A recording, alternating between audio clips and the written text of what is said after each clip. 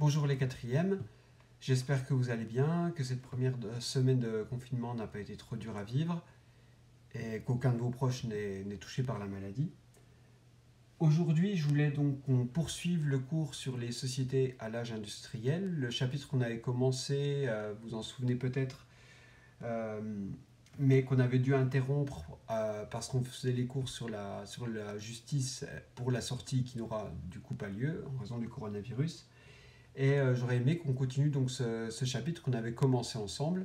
Comme c'est un petit peu vieux, je me dis que c'est pas mal si je refais quelques petites explications sur le titre, la problématique et les notions clés avant de commencer véritablement le cours.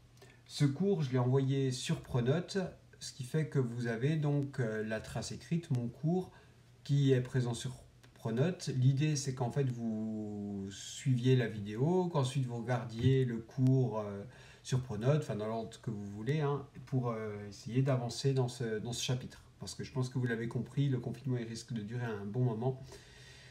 Donc autant avancer. Les sociétés à l'âge industriel, je ne sais pas si vous en souvenez, c'est donc le 19e siècle qu'on étudie ici, la deuxième partie de notre programme. Le 19e siècle, c'est vraiment le siècle de la naissance du monde moderne, du monde qu'on connaît. J'avais donné cet exemple. Si on on inventait une machine à voyager dans le temps, on place un citoyen de l'Empire romain et on le fait voyager jusqu'au XVIIIe siècle, il serait sans doute pas complètement perdu. Il serait impressionné par certaines choses, mais pas complètement perdu.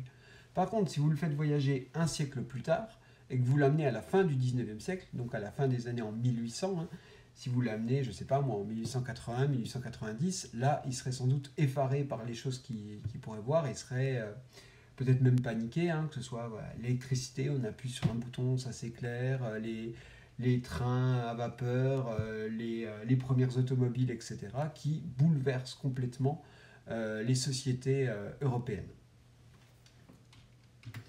D'où je vous rappelle notre problématique, quels bouleversements économiques et sociaux entraîne l'industrialisation au cours du 19e siècle. Dit autrement, quels changements au niveau de l'économie, au niveau des sociétés entraîne l'industrialisation au cours du 19e siècle et comment l'industrialisation renforce la puissance européenne. Donc le terme d'industrialisation, il est relativement limpide, hein, on entend le mot industrie dedans. Je donne quand même une petite définition. Passage de l'artisanat, c'est-à-dire quand un artisan réalise un travail manuel, à l'industrie, quand ça va être des ouvriers dans des usines qui travaillent sur des machines. C'est évidemment un petit peu schématique d'opposer comme ça l'artisanat et l'industrie. C'est quelque chose qui prend du temps, c'est un processus qui est long, ce qui s'étend sur plus d'un siècle, cette industrialisation, et tout ne disparaît pas d'un coup. Hein, que ce soit clair, c'est une évolution qui est progressive. On avait fait étudier ensemble aussi le dernier voyage du téméraire de William Turner. Donc ce tableau nous avait servi d'accroche sur le 19e siècle et sur l'industrialisation. Je ne vais pas redonner toutes les explications, je vous rappelle juste très rapidement. Ici on a le téméraire, un navire à voile qui était célèbre dans l'Angleterre du début du 19e siècle, qui est remorqué pour être détruit dans le port de Londres par un navire remorqueur, et ce navire est un bateau à vapeur, donc comme l'indique le panache de fumée et la cheminée. Et ce tableau, il nous montrait finalement les transformations liées à l'industrialisation. On passe à la marine à voile, on passe de la marine à voile à la marine à vapeur, au bateau à vapeur, et c'est vraiment, ce tableau, il montre la naissance d'une ère nouvelle, d'une époque nouvelle. On abandonne le bois ici pour être davantage dans une époque du charbon et de l'acier. Et en quelque sorte, ici, on a le passage de témoin entre ces deux époques. Donc ce tableau, il est intéressant parce qu'il vraiment, en dehors du fait qu'il soit beau, à mon avis, il montre vraiment les évolutions de la société au 19e siècle. On arrive à notre grand 1, donc ça vous pouvez le copier hein, sur votre cahier, après votre fiche sur le téméraire, vous notez grand 1 des inventions qui bouleversent l'économie. Parce qu'en effet, ce sont des inventions qui vont entraîner cette industrialisation. Parmi ces inventions, la plus importante, c'est celle de l'anglais James Watt, qui est la machine à vapeur. James Watt, en son hommage d'ailleurs, on a donné le nom de Watt à l'unité de mesure de la puissance, car James Watt a donc inventé cette machine à vapeur dont le principe en fait est assez simple.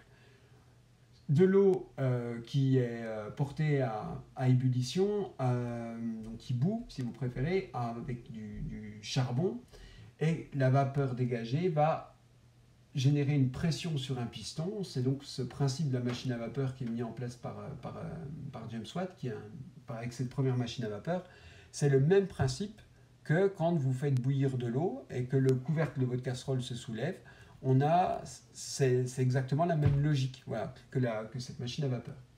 Cette machine à vapeur, James Watt, il l'invente en fait à la fin du XVIIIe siècle. Mais donc on n'est pas encore à proprement parler dans l'ère industrielle, dans l'époque industrielle, mais le temps que ça se généralise, voilà, c'est des choses, faut toujours penser que les choses prennent du temps. L'exploitation de la machine à vapeur, elle est multiple, elle va servir à plein de choses. Je donne un exemple ici, une usine textile en Angleterre, cette machine à vapeur, elle va actionner des métiers à tisser. Ces métiers à tisser, c'est donc pour passer du fil au tissu, à proprement parler. Et ça va accélérer énormément la production. Par exemple, on va dire qu'un métier à tisser actionné par une machine à vapeur va produire 100 fois plus qu'un ouvrier. Donc on a une accélération énorme de la production grâce à cette machine à vapeur. Cette machine à vapeur, elle entraîne aussi une révolution dans le domaine des transports. Je vous ai mis ici la petite illustration de The Rocket, une des premières locomotives qui atteint la vitesse vertigineuse de 22 km/h. En gros, c'est ce que vous faites en vélo sans forcer. Mais le progrès est en marche, c'est les débuts et très vite les vitesses vont s'accentuer. Donc la machine à vapeur entraîne aussi une révolution dans le domaine des transports. Il n'y a pas que James Watt quand même. Souvent, qui lance la révolution industrielle. Souvent, pour les inventions, on retient un nom, mais en fait, c'est très souvent un groupe de personnes qui, à la même époque, travaillent sur des sujets qui sont proches, et moins connu que James Watt, mais finalement important aussi. Jouffroy d'Aban. Alors, j'avoue que je le précise parce que ici, j'en parle ici parce que c'est non seulement un Français, mais un franc-comtois. Et Jouffroy d'Aban, vous avez sa statue ici sur le pont Battant à Besançon, aujourd'hui. Voilà, si vous passez un jour sur le pont Battant, vous saurez que la statue, elle représente Jouffroy d'Aban, qui passe pour l'inventeur du coup de la marine à vapeur, les premiers bateaux à vapeur. Vous avez une illustration ici. Jouffroy d'Aban, il a remonté le Doubs en fait jusqu'à Baume-les-Dames, et voilà, d'où son importance ici dans les progrès faits durant cette ère industrielle. Même si Jouffroy d'Aban, il est du 18e, il est à cheval entre le 18e et le 19e siècle. Trace écrite, le cours, donc vous pouvez recopier dans votre cahier. La machine à vapeur de l'anglais James Watt transforme l'industrie textile, la métallurgie, c'est le travail des métaux, et les transports, avec notamment le train à vapeur. Né en Angleterre à la fin du XVIIIe siècle, cette révolution industrielle se diffuse en Europe au cours du XIXe siècle. Alors, on peut discuter du mot révolution industrielle, parce qu'on pourrait avoir l'impression, en disant révolution industrielle, que du jour au lendemain, voilà, l'Europe, elle se couvre d'usines, etc. Alors, c'est quelque chose qui est lent, ça se passe d'abord dans certaines régions, après ça s'étend à d'autres. Mais malgré tout, la transformation est vraiment profonde.